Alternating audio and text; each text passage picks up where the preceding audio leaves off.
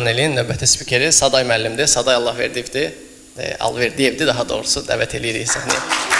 Baş üstə.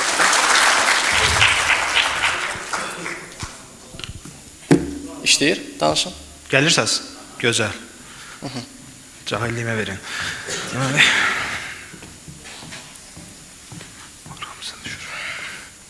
salamlayıram hər kəsi, xoş gördük.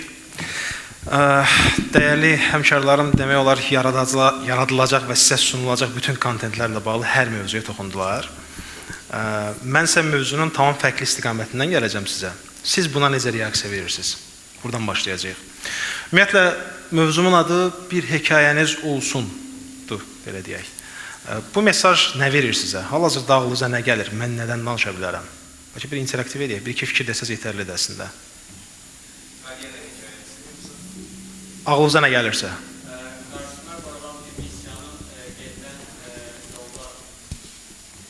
Gözəl, ehtiyac yoxdur, eşidirik zaten. Belə deyim, insan iki cür olur ki, missiyası olur qarşısına qoyduğu, o missiyalarda getdiyi, düşdüyü cığırlar olsun və qalxdığı piketlər olsun ki, onlar hekayə. Sonra, hansısa markanın uğur hekayəsi ola bilər? Ola bilər. Kontingentin çoxunun gənclər olduğunu düşünüb, onlara məsləhət xarakterli, bunu edin ki, gələcəkdə uğurlu olsun deyə bir çıxış elə bilərik? Bilərik. Başqa təklif var? Yes. Gözəl. Heç biri deyil. Buradan başlayaq. Hekayə nədir ümumiyyətlə? Hekayə bizim ağlımıza gələn səhifələr dolusu kitablar deyil əslində. Hekayə bizim günlük həyatımızda verdiyimiz qərarların o qərarlara təsir edən faktordur. Hansı ki, hal-hazırda hekayə deyəndə sizin beyninizdə o açar sözdən nələr yarandısa şuurunuzda. Yəni, nə bilim, uğur, A nöqtəsindən B nöqtəsinə getmə, çətinliklər, uğursuzluq. Niyə? Çünki bu sözlə bağlı sizdə yaşanmış təcrübələr və yaxud bir informasiya-based bir şey var, yəni yaranıb və oturub şuur altınıza. Ümumiyyətlə, beynin işləmə prinsipi məntiq çox belə fərqlidir, özünüz məndən yaxşı bilirsiniz. Sözü eşidirsiniz, burada fayllarınız var, backup var və o söz orada artıq bir növ Google üzərindən, browser kimi axtarışa keçir. O sözdə uyuşan, əlaqələnən hansısa məlumat varsa həmən ortaya çıxır. Və bu sizin günlük həyatınızda, alış qərarlarınızda, günlük həyatınızda, şəxsi həyatınızda verdiyiniz bütün qərarlarda birbaşa ortaya çıxır. Çünki niyə? Şuurunuz emosiya ilə işləyir əslində. Bu emosiyaya, hansı ki o sözlər əlaqəli hissələrdir emosiya, əslində elə olmur. Fərqindəsinizsə, bilmirəm, yoldaşların əksəriyyəti gəncdir, amma günlük həyatımızda rastlaşdığımız insanlar, xüsusən bizim həmkarlarımız biznesdə rastlaşdığımız, əsasən də satışın şəxslərin əksəriyyətlə ünsiyyət qurmaq çox çətindir. Niyə? Hər kəs müqavimət mövqeyindədir. Fikir deyirsiniz, sizə həmən qarşı fikir görür. Qoyur ortaya və daimi bir müqavimət prosesi var. Siz deyirsiniz, o əsaslandırır.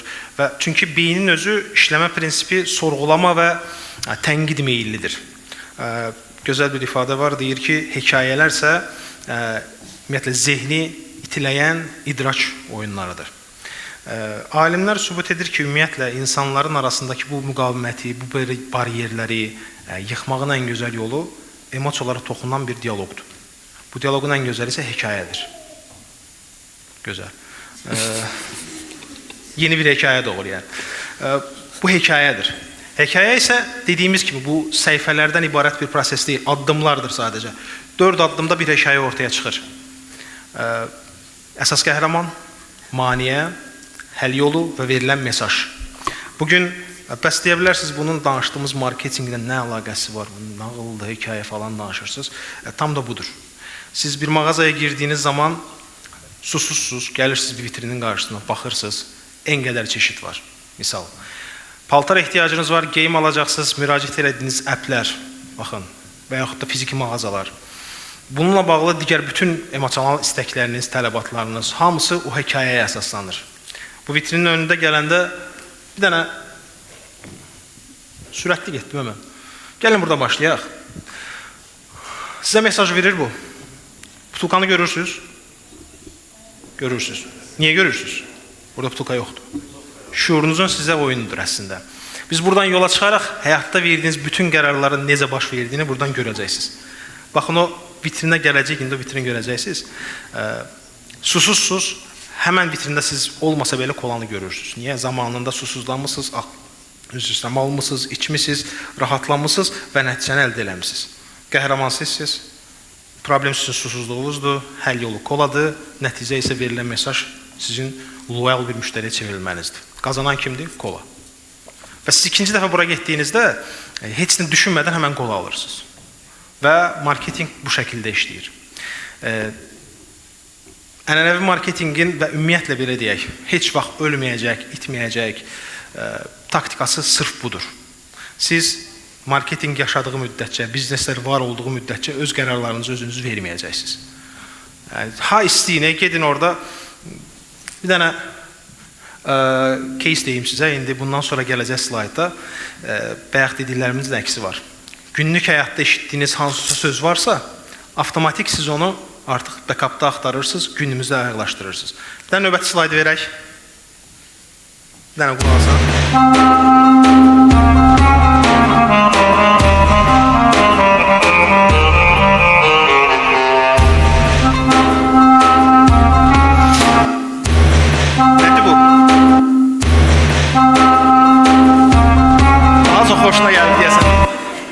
Şamil okeydir. Neydi bu? Ali Cabbar. Niye tanıyırsınız? Ne əlaqəsi var sizlə? Niye onu yadınızda saxlamısınız? Nəyini eşitmişsiniz? Nəyini? Hekayəsini bilirsiniz siz onu. Siz onun hekayəsini bildiğiniz için sizin şuurunuzdadır. Mahnı eşitən kimi Ali Cabbar yadınıza düşdü. Ne əlaqəsi var yani Ali Cabbar'ın sizlə? Hatta adam orada ağlamalı bir hekayədir. Biz göbək atıb oynadık ondan sonra. TikToklar çəkmişik, yəni en qədər. Bir ayın tamamında 100 milyon yaxın baxış var. Balaca rəqəmlər deyil əslində. Marketing üçün yaxşı bir кейsdir. Növbəti keys. Yenə Şamil. Şamillə uzun qulaq asacaq. Bayaq dediyimiz vitrin. Bax, gəlmişsiniz bunun önündəsiz. Görürsünüz buranı. Okey, biz bunu xarici saytdan uğurlamışıq deyə rəqəmlər falan çaşdırmasınız. Amma hamısını tanıyırsınız. Burada qərar verməyə istənilən məhsul seçə bilərsiniz. Əminəm ki, hər birini bir dəfə istifadə eləmişsiniz və hamısı ilə bağlı bir hekayəniz var. Yəni, koladır, digər energetik içkilərdir və hamısı haqqında da marka tanınmasından əlavə məlumat sahibisiniz. Kola necə yanalıb? Böcəkdən, bilirsiniz də bu hekayələri. Yoxdur elə bir şey, misal. Ya da nə bilim, Pepsi'nin qabı, nə bilim, rəqabətləri kola ilə, bilirsiniz hamısını. Energetik içki, yəni içəcəksiniz, uçmayacaqsınız, amma yəni uçmaq şeyi var sizin aranızda, beyninizdə. Çünki hamısı hekayədir. Və bu hekayələr sizin həyatınızın hər yerində satışa sövq edir. Yəni, işinizi çox asanlaşdırır, satışın. Sarvan bəy gözəl satış nümayəndəsidir, burada top atım ona. Və rəqəmsalçı yoldaşların, zəhmətlərin nəticəsini biz veririk. Yəni, çox da yorulmayın. Bundan sonraki slayda baxaq. Eyni mənzərə. Baxın, bu vitrin qabağındasınız. Bir dənə şeyə baxın, Fantaya, Sprite'a. Elə bilin ki, nərdivan altına düzəldiblər. Düzdür? Çünki bizim bazar üçün dizayn edilmiş məhsullar deyil. Xarici bazarlar üçündür. Heç bir his bağlamayacaq sizi. Alışdığınız o Sprite'ın, o Fanta'nın packingi deyil heç biri və siz heç bir hissə bağlaya bilmirsiniz bunu. Seçim eləyə bilməyəcəksiniz. Belə baxacaqsınız. Cəhənnəm, Fanta'nı alım içim deyəcəksiniz. Niyə? Çünki içmisiniz nəsə. Səbəb tapmalısınız ki, oradan nəyisə almağa. O anda aldığınız, praktika elədiyiniz həzz, hiss nədirsə, bundan sonraki periyodda sizə alışı o qamçılayacaq ki, bunu al. Eyni mağazaya gəldiniz, eyni vitrinə gəldinizsə, onu alacaqsınız. Çünki bayaq dediyimiz beynimizin işləmə mexanizmi yeniliklərə qəbul etməyi çox çətin olur. Bariyerləri aşmaq lazımdır. Bu bariyerləri isə təcrübələrlə aşırıq. Ümumiyyətlə, alimlər deyir ki, hekayələr məntiqimizdən süzülüb qəlbimizə gələn bir, belə deyim, janrdır deyək. Hansı ki, içində müəyyən bir süjet xətti olan, emosional hisslər bəxş edən ən sonunda bir prosesdir. Və biz əslində emosional varlıqlarıq. Verdiyimiz hər qərarı emosiyalarımıza əsaslanırıq. Ki, bu əslində neuromarketingimin tərkib hissəsidir. Ayrıca götürsək, emosional marketing. Hisslərimizlə davranmaq, hisslərimizlə qərar vermək və hisslərimizin bizi harasa aparması. Belə, qərarlarımızı bu şəkildə veririk və onun beynimizdə hansı şəkildə formalaşmasını birazdan izah edəcəm. Növbəti slayd. Neuromarketing dedik. Neuromarketing müxtəlif əlamətlərdən formalaşır. Komponentlərdən, bunlar rəngdir, səsdir, səs, Ali Cabbar, Şamil. Sonra rəngdir, qoxudur, baxın bunlar. Və bu təcrübələr sizin şuurunuzda seçim etməyə sizi təşviq eləyir. Gəlin, çox bəsit. Sizcə hansı faydalıdır? Sonra, keçək. Şamil.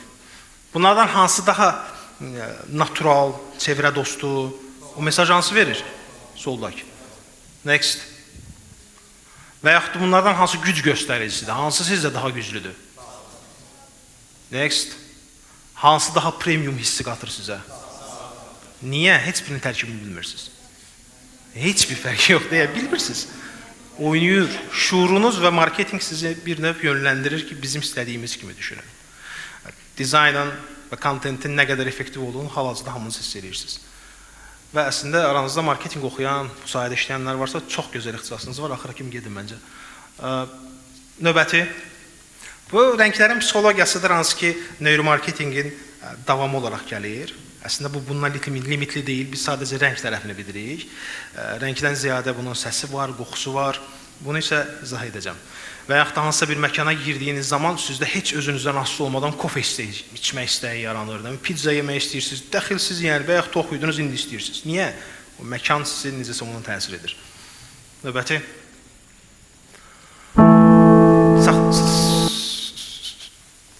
Ümumiyyətlə, marketing, niyə yaxşı bir ixtisasdır, onu deyim sizə. Marketing zamanla ayaqlaşan elastik bir ixtisasdır. 90-cı illərin, 70-ci illərin marketingi ilə indiki arasında en qədər fərq var. Yanaşmaları dəyişib. Marketing marketingdir. Qoyduqları metodlar, təlqin etdiyi hisslər, fikirlər hamısı yerindədir, amma metodlar dəyişib.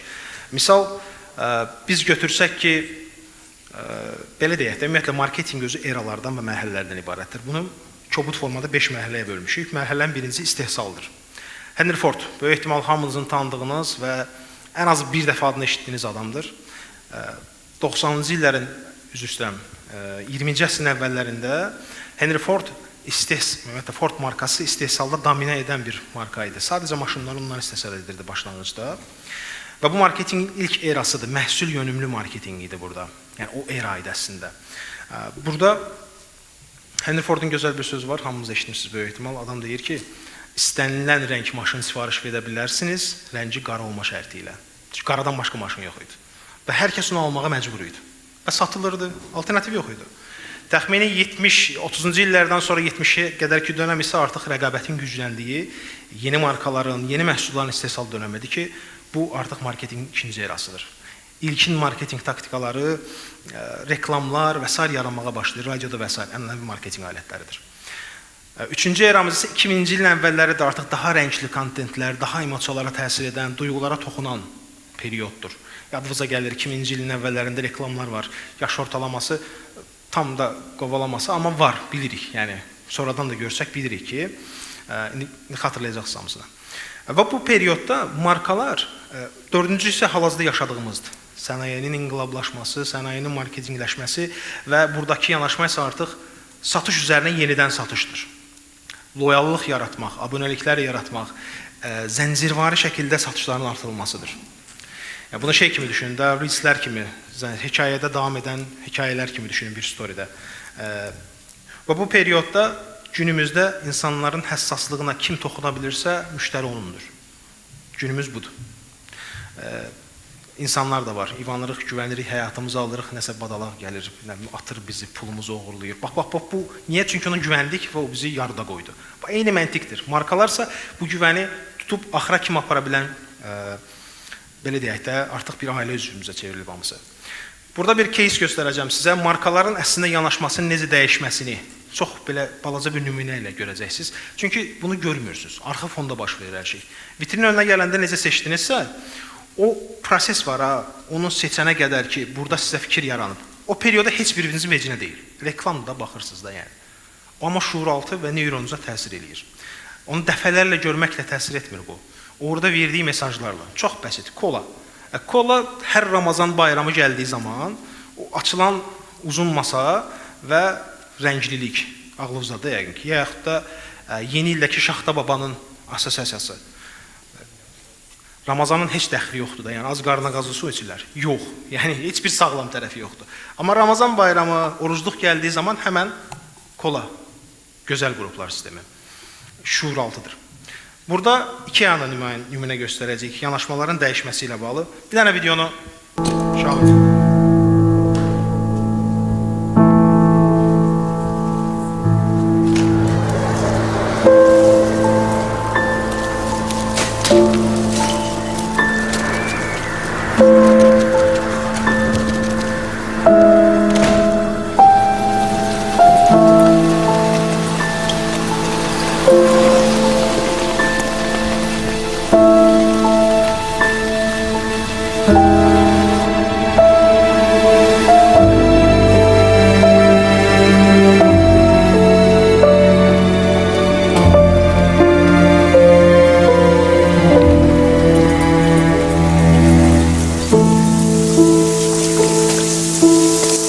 Many of you feel bad for this lamp.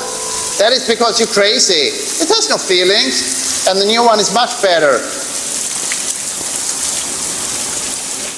Hekayə nədir?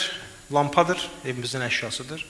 Köhnəlir, ev yəsi sadəcə onu dəyişmək istəyir. Lampanı çölə qoyurlar, evə yeni lampa gəlir. Ssenari lampanın gözündən çəkilir. Lampa məyusdur, evi tərk edir, yağışda qalır, boynu bükük. Sonunda gələn dayı deyir ki, başınız xarabdır sizin, cansız əşyadır.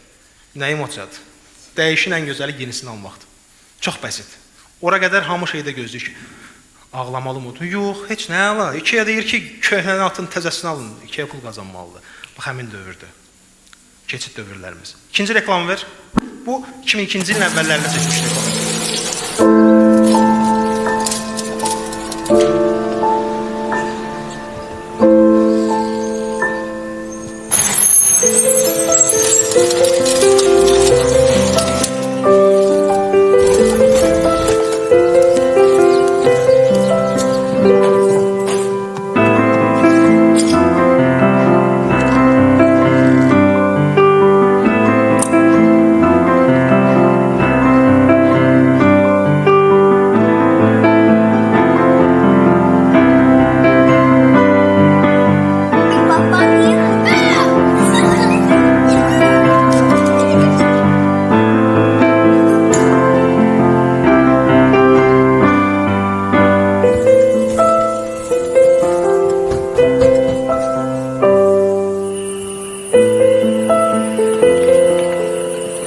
Many of you feel happy for this lamp. That's not crazy. Reusing things is much better. Bu 18 il sonra çəkilib ikinci reklam və deyir ki, həmin o lampa evə gəldi, evə girdi və deyir ki, əzizlərim, əslində bu da çox da dəli bir fikir deyildi. Köhnə əşyaları da dəyərləndirmək olar. Artıq günümüz odur. Atmaqdansa daha faydalı hala gətirmək. Yeni satmaqdansa hiss yaratmaq. Burada yaratdığı hissdir. Sizi IKEA-ya bağlayır. Deyir ki, nə bilim, IKEA görün necə məhsul satmır sizə. Siz yenə gəlib IKEA-da yenisini alacaqsınız. Sadəcə bu dəqiqə sizin hisslərinizə toxunur ki, əslində köhnədə təzədir. Belə. Yəni, gözəl. Bunu keçə bilərik. Və bu qərarları necə veririk? Bunu sizə izah edeyim. Beyin özünü necə aparır bu proseslərin hamısında? Sol göz, ha. Burada Broca deyə bir hissə var. Bunun bizim dilimizdəki adı hərəkət verici nitq mərkəzidir. Burada. Bir qədər arxada isə bu Wernicke's area. Bu ikisi hər ikisi alimlərin adı ilə bağlıdır. Yəni bunu kəşf edən Broca olub, onun da adı Wernicke. İnşallah elə oxunur adı. Həmin yollaşdır. Ümumiyyətlə 1980-90-cı illərdə İtalyan alimlər belə bir praktik aparır, sonra da bunu yaponlar təkrar edir, belə deyək. Bir meymun oturur və şövqlə bananını yeyir. Bu banan yemə prosesində bunun beynində artıq nöyronlar aktivləşir. Xoşbəxtdir, yəni burada bir gərginlik var, yəni xoşbəxtlik gərginliyi var meymunun önündə. Qabağında oturan meymunda da fərqli hərəkətlər hiss olunur. Buna bənzər hərəkətlər. Baxırlar, deyirlər, yəqin meymundur da, yəni. Çox da bir şey gözləməyin. Bu period davam etdikdən sonra bunu da yoxlamaq qərarına gəlirlər. Həmin meymunu artıq elektrodlar vasitəsilə üzərinə təcrübə aparanda görünür ki, bananı yeyən meymun nə qədər xoşbəxtdirsə, qarşıdakı da eyni refleks verir. Onun da həmin bu hissədə, meymunlarda F5 deyilir həmin hissəyə. O brokadır və F5 adlanır. Həmin hissədəki neyron aktivliyi yeyənlə eynidir. Təqlidləmə.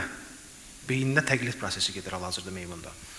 Sonra bunu bir yerdən sonra artıq meymunun insanı da təqlid etməyə başladığını görürlər. Oradakı xidmətçiləri və təcrübənin davamıdır. Baxırlar ki, əsas makak heyvanlarıdır. Makaka deyilir. Üzrsən cinsi deyirlər, səhv eləmirəmsə. Daha erkən yaşında olan meymunlar böyük insanların, şəxsləri artıq təqlid etməyə başlayırlar. Bu xüsusiyyət insanda 4-5 yaşdan sonra başlayır, meymunlara daha erkən başlayırmış, belə deyək.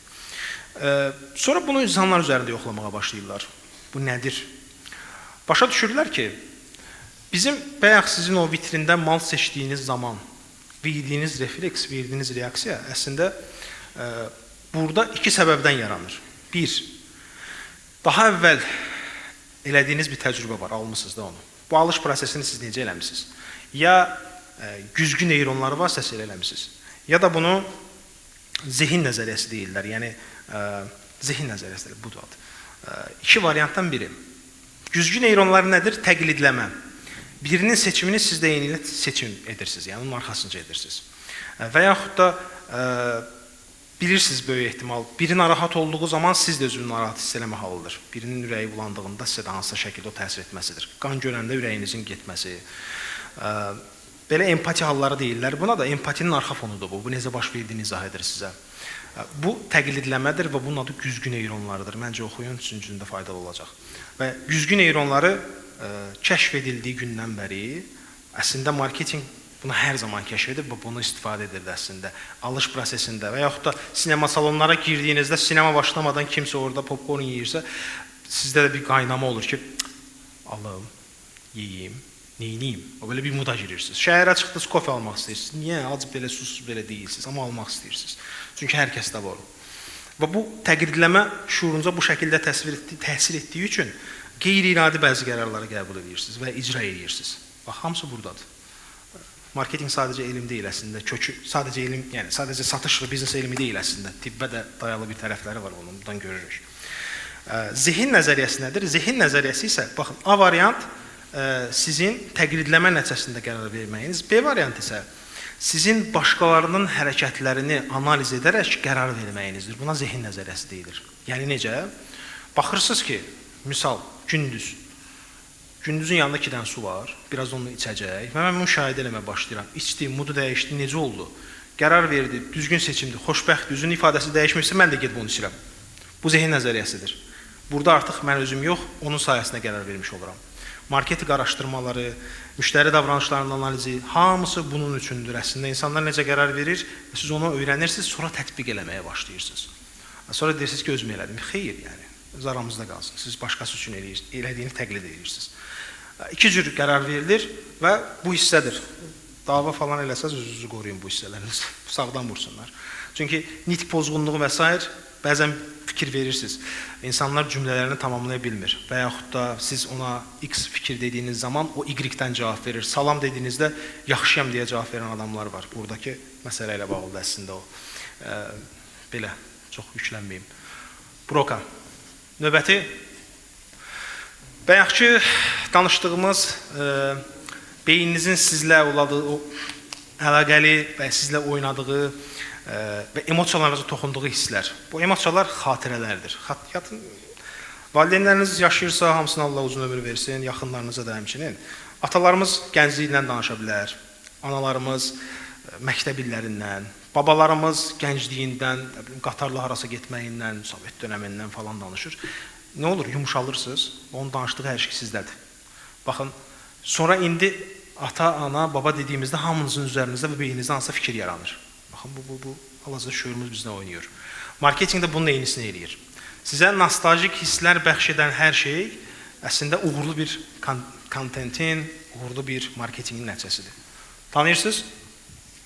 Arçelik. Slogan ağlınıza gəlir baxan kimi. Mən çelik, arçelik. Yes. Gözəl. Növbəti? Şamil. Vadan səsini eşidirsiniz? Vada eşitdiniz bu dəqiqə özünüzdə? Vada. Növbəti? Rayonlara, kəndlərə köhnə reklamlardır. Ağlayan dayı həmişə gözümün qabağına gəlir, övladımla danışa bilmirəm, uşaq da ondan bir yerdə ağlayır. O ssenari həmişə mənim ağlımdadır, uşaq vaxtında. Heç onda marketinqdə bilmirdik. Bax, emosiyalarınızı tətbiq edir. Növbəti, bu xalan səsini eşitmirsinizsə inciyərəm yəni. Bu Ayşə teyzə, Leys, yiyin qayri deyən qadın.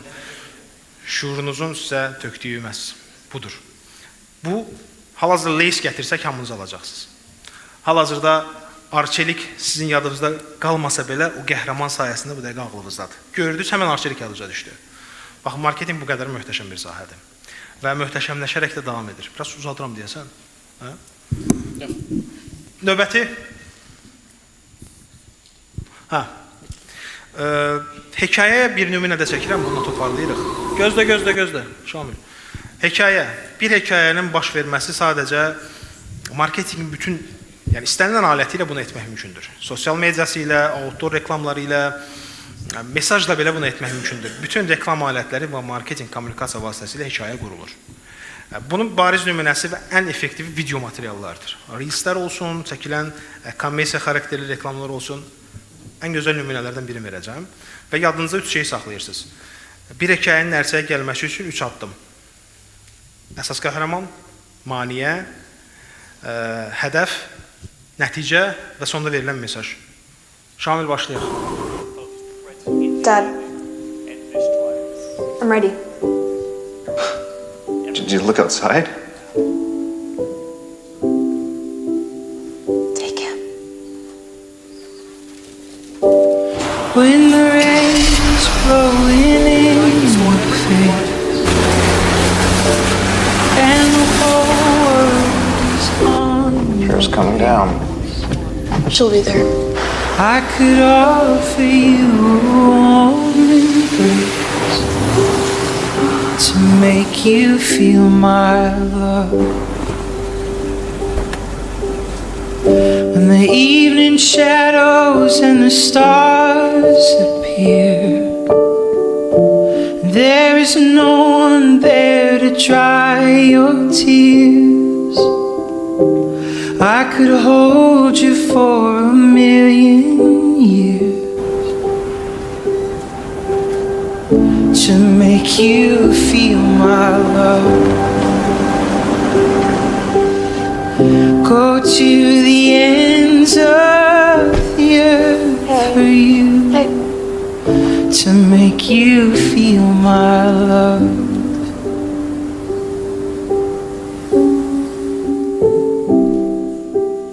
Tutabildi ssenarini. Var idi qəhrəman, əsas qəhrəman, gənc. Hədəf xanımla görüşdür. Maniyə qar. Həll yolu Mercedes. Yıxılacam. Həll yolu Mercedes. Ümumi verilən mesaj nədir? Ümumi verilən mesaj nədir? Gəlin belə bir sual verim sizə. Bunların heç bir emosiya deyil. Hisslərlə bağlı nə düşünürsünüz? Biz burada təhlil məsələsindən çox hisslər.